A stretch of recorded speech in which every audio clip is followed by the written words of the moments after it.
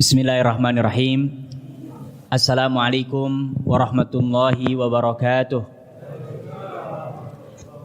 Alhamdulillahi wa kafa, wassalatu wassalamu ala nabiyil mustafa wa ala alihi wa ashabihi wa man sanna bi sunnatihi ahli sidqi wal wafa. Asyhadu an la ilaha illallah wahdahu la syarikalah wa asyhadu anna Muhammadan abduhu wa rasuluhu alladzi la nabiyya wa la rasula ba'dah, summa amma ba'du. Alhamdulillah, jamaah salat raweh Masjid Al-Falah yang dirahmati Allah Subhanahu wa taala. Pertama, selalu kita mengucapkan alhamdulillah, syukur kepada Allah hingga detik ini, saat ini kita termasuk yang banyak diberikan kenikmatan oleh Allah, maka sudah selayaknya kita senantiasa bersyukur kepada Allah Subhanahu wa ta'ala, dan kita harus yakin seyakin-yakinnya dengan janji Allah, la in syakartum la azidannakum wa la in kafartum inna adzabi lasyadid. Siapa, kata Allah, yang bersyukur maka pasti kenikmatannya akan ditambah, dilipat gandakan, diduplikat oleh Allah. Dan siapa yang kufur, maka kata Allah, hati-hati, karena sesungguhnya azab Allah itu sangat pedih. Ya, mudah-mudahan kita semua yang hadir di sini termasuk ahli syukur. Amin ya rabbal alamin. Yang kedua, perbanyak kita membaca sholawat dan salam kepada Rasulullah Sallallahu Alaihi Wasallam yang kita berusaha istiqomah mengikuti ajaran beliau. Mudah-mudahan kita semua nanti wafat dalam keadaan husnul khotimah dan mendapatkan syafaat dari Rasulullah Sallallahu Alaihi Wasallam. Bapak Ibu yang dirahmati Allah, kalau kita perhatikan Al-Quran, ayat-ayat yang berbicara tentang ibadah itu rata-rata lompat-lompat. Ya, contoh umpamanya, ibadah yang setiap hari kita lakukan sholat. Ayat yang berbunyi wa aqimus sholah itu ada di surah Al-Baqarah, ada di surah Ali Imran, ada di tengah, ada di akhir, ya, dan tidak utuh, lompat-lompat. Ayat tentang haji pun demikian, ya. Ayat tentang apalagi zakat pun demikian. Tapi kalau kita tadaburi, perhatikan ayatus siyam, ayat-ayat tentang puasa, ini dihimpun oleh Allah Subhanahu wa taala dalam satu surat dan berurutan utuh semua. Mana ayatnya? Yaitu surah Al-Baqarah ayat 183 sampai ayat 187. Ya, jadi hanya 5 ayat tuh. Dan kalau ingin disempurnakan plus tambah dengan satu surat, yaitu surah Al-Qadar. Ya. Nah, ini kata para ulama menunjukkan bahwa ayatus siyam, ayat-ayat tentang puasa ini memang istimewa, spesial. Ya. Dan kalau kita umpamanya kaji satu persatu, ini panjang. Ya, kalau kuliah mungkin bisa 1 semester. Ya, ayatus siyam. Ya, kita akan coba baca ayat 185. Ya, ini mudah-mudahan renungan kita dan termasuk harus kita perbanyak di bulan Ramadan. A'udzubillahi minasyaitonirrajim. Syahrul Ramadhanal ladzi unzila fihil Quran. Ya, coba lihat disebutkan di sini. Allah menyebutkan syahrul Ramadan alladzi unzila fihil Quran. Ya, jadi bulan Ramadan ini para ulama berkesimpulan bahwa syahrul Ramadan syahrul Quran. Bulan Ramadan adalah bulannya apa? Al-Quran. Ya. Dan Al-Quran ini adalah kalamullah yang maha mulia. Diturunkan kepada makhluk yang paling mulia, yaitu siapa? Rasulullah Sallallahu Alaihi Wasallam dengan perantara malaikat paling mulia, yaitu siapa? Malaikat Jibril, di bulan yang paling mulia, yaitu bulan Ramadan. Makanya siapa yang ingin mendapatkan kemuliaan, maka hendaklah dekat-dekat dengan Al-Quran. Ya, nah Al-Quran ini, masya Allah, luar biasa. Biasanya para qurra, para hufaz, ya, mereka yang ahlul Quran, yang sepanjang waktu, sepanjang saat itu mereka mengabdikan hidupnya Al-Quran, ada satu ayat yang menjadi jargon mereka. Dan ini menjadi motivasi mereka. Kenapa? Karena Bapak Ibu yang dirahmati Allah, di dunia ini yang namanya tijarah, bisnis, usaha apapun pasti kadang untung, kadang rugi. Betul apa betul? Betul. Ada di sini yang bisnis untung terus. Ya, atau rugi terus. Tapi kalau membaca Al-Quran, Bapak Ibu yang dirahmati Allah, nanti buka ulang-ulang ya. Ini termasuk kita yang mau belajar Quran, mulai mundur, maju, mundur, maju. Baca nih ulang-ulang ayat ini. Yaitu di surah Fatir ayat 29. Apa kata Allah?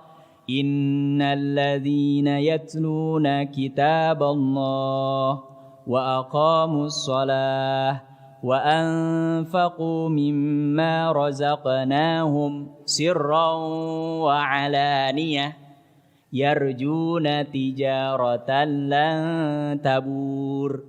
Ya. Jadi innalladzina yatluna kitaballah, yang membaca kitab Allah, membaca Al-Quran, itu sedang berbisnis dengan Allah.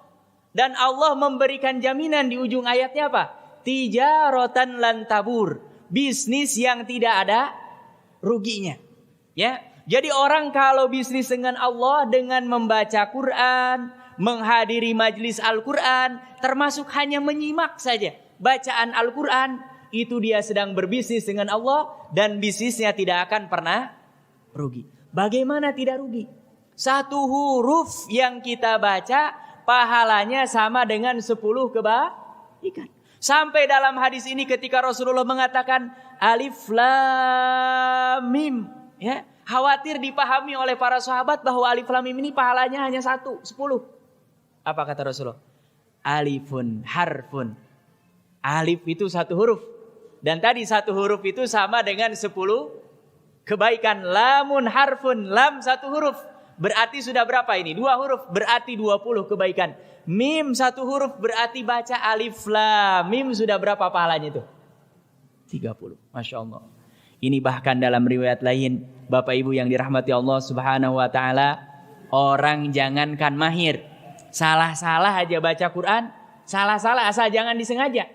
Ya ta susah. Ini an-amta atau an-am. Itu kan susah. Ya. Kalau kita orang Jerman, orang Sunda itu kalau huruf fa. Itu harus hati-hati, ya kan? Bacanya atau ada yang a, kadang-kadang lari lagi ke nga. Alhamdulillahirabbil ngalamin apa, Mam? Ada itu yang udah rubah lagi. Itu kalau ya ta'ata, apa kata Rasulullah? Fahuwa alaihi syaqun saqalahu ajroni. Dia dapat 2 pahala. Ya, jadi kita ngulang-ngulang ini. Itu dapat 2. Dijelaskan oleh para ulama, kok dapat 2 pahala? Salah aja dapat 2 pahala. Yang pertama ajrul qiraah, pahala dia mau baca. Yang kedua ajrul masyaqqah, karena dia kesulitan dan diulang-ulang. Ya, itu jadi dapat apa? 2 pahala. Apalagi kalau yang mahirun bihi, ya, mahir bacanya, mahir memahaminya, mahir menafsirkannya, mahir mengamalkan dan mendakwahkannya. Tentu ini ma'asafaratil kiramil bararah, disebut-sebut oleh Allah Subhanahu wa Ta'ala di hadapan para malaikat yang mereka senantiasa beribadah kepada Allah Subhanahu wa Ta'ala. Bapak Ibu yang dirahmati Allah Subhanahu wa Ta'ala, di beberapa pesantren Al-Quran untuk memotivasi biasanya ditulis, ya, Al-Qur'anu fid dunya yanfa. Al-Quran itu sedang hidup di dunia, itu manfaatnya banyak. Ya, kalau nggak percaya, Bapak nanti baca Quran. Ya, yang punya setoran jadi lupa, yakin? Ya kan? Dan ini manfaatnya baca Quran yang sudah pasti. Orang yang sedang membaca Quran itu hatinya, jiwanya akan tentram. Ya, kenapa? Karena Quran ini adalah bagian daripada zikrullah. Ala bi zikrillahi tatmainnul qulub. Orang yang ingat Allah itu hatinya akan tenang. Beda dengan suka nginget manusia. Makanya kata para ulama tazkiyatun nufus, ya, zikrul insan, sering ingat manusia nyebut, itu apa? Penyakit. Tapi kalau zikrullah, sering menyebut Allah, dawa, obat. Ya, makanya jangan sering sebut orang. Sebut aja Allah. Butuh apalagi nauzubillah kalau keburukannya, ya. Kebaikannya pun kalau sering menyebut orang, kadang-kadang jadi apa? Jadi penyakit, ya. Jadi Al-Quran ini di dunia memberikan manfaat. Sederhananya, ini di Bogor, ya. Ini masuknya Bogor, ya. Kalau kita mau pergi haji, antriannya berapa tahun ini? Masya Allah, 20 tahun ya. Berarti sama ini dengan kota Bekasi, ya. Bapak Ibu yang dirahmati Allah, ada seorang anak kecil. Ya, ini sempat viral ini beberapa tahun ke belakang. Ya, anak kecil. Ya, namanya Muhammad Musa, tinggalnya jauh di pelosok sana Bangka Belitung. Tapi ini anak, ya, ini anak hafal Quran, bahkan bukan hanya hafal lafaznya, dites oleh orang-orang yang menguasai Al-Quran di Timur Tengah, ya, dikumpulkan di Arab Saudi, diuji, dan anak ini nggak paham bahasa Arab sedikit pun, nggak paham. Gimana paham? Itu Muhammad Musa itu kecil, polos, gitu. Jadi dia diajak pergi aja, dites itu dia bacaan, suruh lanjutkan ayat bisa, suruh nyebutkan ini di surat apa, ayat keberapa bisa. Ya, apa manfaatnya di dunia? Allah takdirkan kalau kita daftar haji sekalipun sekarang punya uang, ya, nggak bisa berangkat tahun ini. Tapi anak ini dengan keberkahan Al-Quran, dengan manfaat, ya, itu di dunia Allah bayar kontan pahalanya apa? Langsung tahun itu diundang oleh Raja Salman untuk pergi haji plus dengan bawa kedua orang tuanya dan juga guru ngajinya. Lihat ini manfaatnya. Ya, jadi ini jangan disepelekan. Jangan ada lagi yang berpikir, oh kita kalau mementingkan Al-Quran akan ditinggalkan oleh Allah. Justru ini akan banyak manfaat. Ya. Yang kedua mungkin kalau di Bangka ngeceknya kejauhan. Ini di Depok, tetangga kita. Ada anak kecil namanya Muhammad Fajar. Itu dia daftar ke sekolah ditolak. Kenapa? Karena kata pihak sekolah, ini anak ada sebagian uratnya ini, urat sarafnya ini yang putus. Jadi kalau menurut ilmu pendidikan, ini anak gak mungkin bisa mengejar pelajaran sekolah. Jadi kalau diterima khawatir nanti dia gak bisa gitu. Masya Allah, ibunya bukan ustazah, bukan penghafal Al-Quran, dididik di rumahnya sering diperdengarkan Al-Quran, dan terjadilah apa yang terjadi. Anak ini hafal Quran, dan sama tadi diundang ke Timur Tengah, diuji di tes itu. Ini anak yang katanya di sekolah ini gak mungkin bisa mengejar pelajaran, di tes ternyata dia hafal, suruh melanjutkan ayatnya, tahu di mana, dan anaknya masih polos. Masya Allah, ini baru di mana? Di dunia. Yang kedua, wa fil qabri yashfa. Al-Quran itu nanti di alam kubur akan memberikan apa? Syafaat. Ya, syafaat itu artinya apa? Pertolongan saat kejepit. Nah, itu syafaat. Sulit. Syafaat. Ya. Nah, ini nanti di alam kubur Bapak Ibu yang dirahmati Allah. Walaupun sekarang di Karawang itu kan ada kuburan yang agak luas ya. Tapi dalamnya sama liang lahatnya. Jadi walaupun lebar umpamanya kita beri kaplingnya seukuran rumah kita, tapi tetap masuk liang lahatnya hanya ukuran 2 kali 1. Masya Allah. Ini nanti jangan berharap ini. Walaupun di sini mungkin ada direktur PLN ya, bisa nyuplai listrik, nggak bisa. Atau mungkin di sini punya tanah ribuan hektar. Oh saya nanti kuburannya bisa luas, bikin di sana, nggak bisa. Masya Allah. Tapi orang yang membaca Quran itu nanti Al-Quran akan menjadi nur, cahaya. Dan ini pernah kejadian di masa Rasulullah SAW, disebutkan oleh Al-Imam Asy-Syaukani dalam kitab beliau tafsir Fathul Qadir. Sebuah kisah dari seorang sahabat Rasulullah namanya Abdullah bin Abbas. Jadi Abdullah bin Abbas ini dengan beberapa sahabat suatu hari mereka dalam keadaan musafir. Mereka berhenti nggak tahu kuburan, dan para sahabat itu dulu kemana-mana bawa pedang dengan bawa tongkat. Ya, mereka diistirahat, tongkatnya itu nusuk ke tanah. Ya, dari dalam tanah ini terdengar ada orang yang membaca Tabarakalladzi biyadihil mulku wa huwa ala kulli syai'in qadir. Terus sampai akhir. Alladzi, ini kan di masa Rasulullah belum ada MP3 gitu ya. Kalau umpamanya sekarang mungkin ada orang ke belakang rumahnya mungkin ada MP3 jatuh, kepijit lagi kan nyala mungkin kalau belum rusak. Ini di masa Rasulullah 14 abad yang lalu. Sampai Abdullah bin Abbas ini kaget ini. Ini apa? Suara apa? Dan dia dengarkan sampai hatam baca surah Al-Mulk. Pulang dari safar, diceritakan kepada Rasulullah SAW. Ini nanti bisa dibaca ya. Salah satu di antara keutamaan, setiap surat itu ada keutamaan walaupun tidak semua ya. Ditanyakan kepada Rasulullah, Rasulullah, kami sedang dalam keadaan musafir, di tengah jalan berhenti tanpa sengaja, dan kami tidak tahu kalau ini kuburan. Itu tongkat kami menusuk ke dalam tanah itu, dan kami mendengar ada suara orang membaca surah Al-Mulk. Apa jawaban Rasulullah SAW? hiyal waqiyah. Ketahuilah bahwa surah Al-Mulk itu di antara keutamaannya apa? Yang akan menjaga, memelihara. Jadi ini orang-orang yang ahlul Quran boleh jadi itu. Walaupun dia berpuluh-puluh tahun, beratus-ratus tahun masuk ke liang lahat boleh jadi utuh. Bahkan tadi di dalam kubur saja masih sempat bisa baca Al-Quran, bahkan menghatamkan Al-Quran. Dan kedua kata Rasulullah, hiyal munjiyah. Surah Al-Mulk itu adalah di antara keutamaannya penyelamat. Makanya banyak di antara kita ya diajarkan itu ada yang baca surah Al-Waqi'ah, ada yang baca surah Al-Mulk, ada di hari Jumat baca surah Al-Kahfi. Ya. Ini di antara keutamaan. Bayangkan di alam kubur dia masih sempat bisa membaca Al-Quran. Padahal penemu mik ini saja, wallahu alam ini. Ya, nggak mungkin kayaknya. Karena apa? Alam kubur beda dengan alam yang ada kita sekarang. Dan yang terakhir, Bapak Ibu yang dirahmati Allah Subhanahu Wa Taala, Al-Quran fil akhirati yarfa'. Nanti di akhirat setelah terjadinya padang mahsyar kita dibangkitkan semua, itu akan meninggikan derajat pelakunya.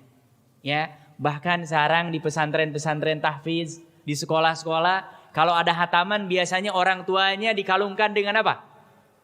Mahkota.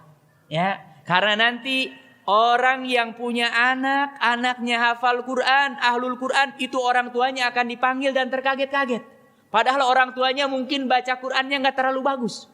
Dipanggil oleh Allah. Ala ru'usil khalaik, di hadapan semua makhluk-makhluk Allah nanti di hari kiamat. Kemudian dikalungkan apa? Tajul karamah. Ya, mahkota kemuliaan, penghormatan. Masya Allah, bayangkan kalau kita semua ini sekeluarga hafal Quran semua. Itu gimana nanti kakeknya, buyutnya, itu dimuliakan oleh Allah. Nah makanya ini mudah-mudahan di bulan Ramadan ini, karena tadi disebutkan syahrul Quran, yang belum memulai kita mulai. Dan tidak ada salahnya memulai walaupun terlambat. Karena yang namanya kebaikan tidak ada kata terlambat. Siapapun yang mencoba untuk belajar, setiap kali belajar dia maka mendapatkan pahala dari Allah Subhanahu wa ta'ala. Sekalipun sampai nanti kita meninggal, hanya lancar baca saja itu pun masih terbata-bata. Fabiha wa ni'mah, kita bersyukur kepada Allah dan dapat pahala. Apalagi kalau umpamanya kita bisa sampai menghafal Al-Quran, hafal beberapa surat dari Al-Quran, maka ini nanti akan menambah kemuliaan kita di hadapan Allah Subhanahu wa ta'ala. Bapak Ibu yang dirahmati Allah Subhanahu wa ta'ala, jamaah salat tarawih yang dirahmati Allah, masih ada 20 hari atau 21 hari, bahkan terus sampai kapanpun. Mudah-mudahan Allah memberikan rizki kepada kita. Karena tahu keutamaan Al-Quran ini insya Allah sudah tahu semua. Tapi untuk mendapatkan petunjuk, hidayah Allah sampai betul-betul kita mau belajar Al-Quran, berdekat-dekatan dengan Al-Quran, hanya mereka yang mendapatkan petunjuk, dibimbing langsung oleh Allah Subhanahu wa ta'ala. Makanya kita berdoa, mudah-mudahan kita termasuk yang diberikan rizki, mau membaca Al-Quran, mentadaburi Al-Quran, hadir di majlis-majlis Al-Quran, dan bahkan mudah-mudahan Allah menghadiahkan kepada kita menjadi orang yang mampu mengamalkan dan mendakwahkan Al-Quran. Amin ya rabbal alamin. Mudah-mudahan Allah Subhanahu wa ta'ala senantiasa menjaga kita, memberikan kesehatan dan keberkahan kepada kita. Allahumma arhamna bil Quran. Subhanakallahumma wa bihamdika asyhadu an la ilaha illa anta astaghfiruka wa atubu ilaik. Wassalamualaikum warahmatullahi wabarakatuh.